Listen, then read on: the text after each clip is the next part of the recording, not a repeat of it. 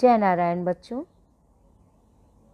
पाठ्यपुस्तक आरोह भाग 1 के गद्य खंड से मियाँ नसीरुद्दीन पाठ को अब हम लोग पढ़ेंगे।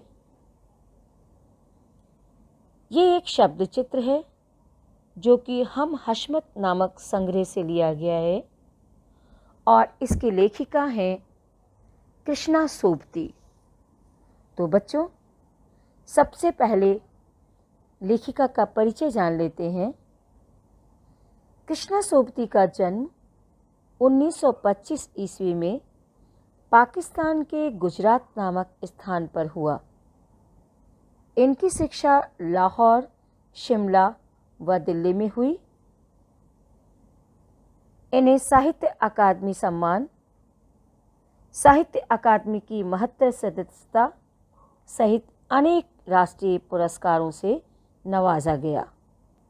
इनकी रचनाओं में जिंदगी नामा, डार से बिछुड़ी, मित्रों मरजानी, बादलों के घेरे, सूरजमुखी अंधेरे के आदि अनेकों प्रसिद्ध रचनाएं हैं। अब हम लोग पाठ की रूपरेखा को जान लेते हैं। इस पाठ में कई पीढ़ियों से नान अर्थात रोटियां बनाने का कार्य करने वाले मियाँ नसीरुद्दीन के व्यक्तित्व, रुचियों एवं स्वभाव को शब्दों के माध्यम से उकेरा गया है। मियाँ नसीरुद्दीन रोटी पकाने की वर्षों से चली आ रही अपने परिवार की परंपरा व उसमें उनकी निपुणता को प्रकट करते हैं।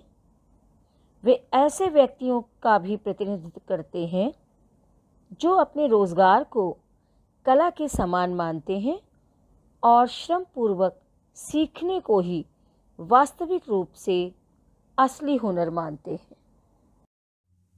बच्चों, मियाँ नसीरुद्दीन पाठ की लेखिका का परिचय एवं पाठ की रूपरेखा को जानने के बाद अब हम लोग पाठ के सारांश को जानते हैं।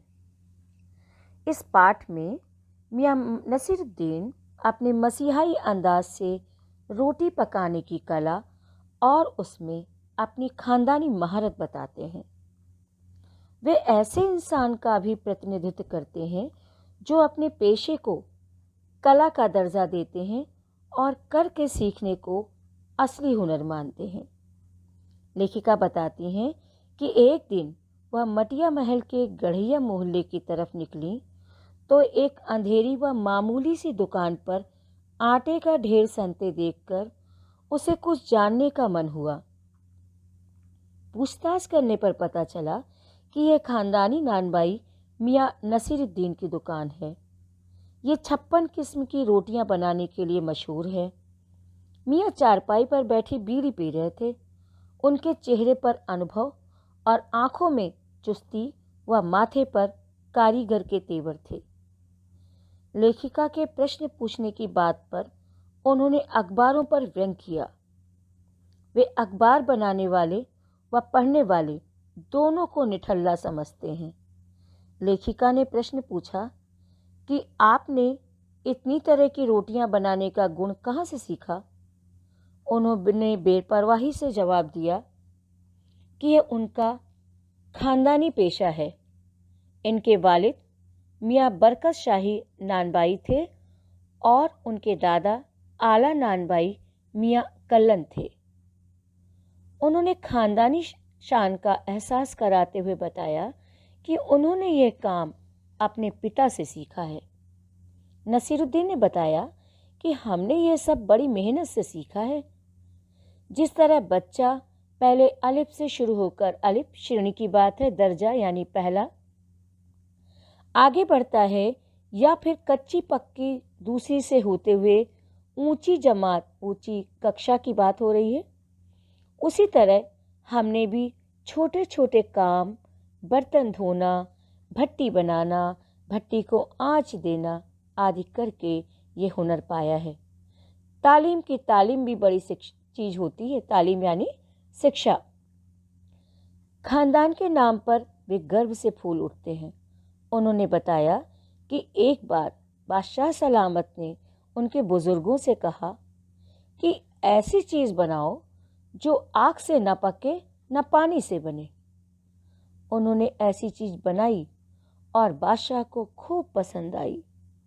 वे बड़ाई करते हैं कि खानदानी नानबाई कुएं में भी रोटी पका सकता है। लेखिका ने इस कहावत की सच्चाई पर प्रश्न चिन्ह लगाया तो वे भड़क उठे।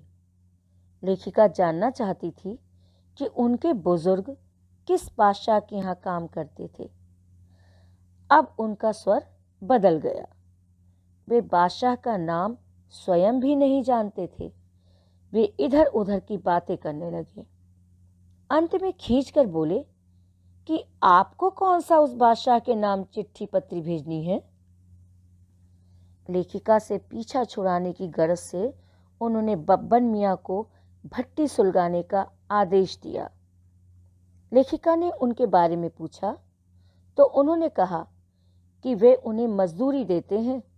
लेखिका ने रोटी की किस्में जानने की इच्छा जताई तो उन्होंने फटाफट नाम गिनवा दिए। फिर तुनक कर बोले, तुनकी पापड़ से ज़्यादा महीन होती है। तुनकी यहाँ पर एक रोटी का नाम उन्होंने बताया है, जिसके लिए वो बताते हैं कि उसकी खासियत ये है कि वो पापड़ से भी ज़्यादा महीन होती है। फिर वे यादों में खो गए और कहने लगे कि अब समय बदल गया है। अब खाने पकाने का शौक़ पहले की तरह नहीं रह गया है और अब कद्र करने वाले भी नहीं हैं। अब तो भारी और मोटी तंदूरी रोटी का बोलबाला है। अब तो भाई हर व्यक्ति जल्दी में जो रहता है।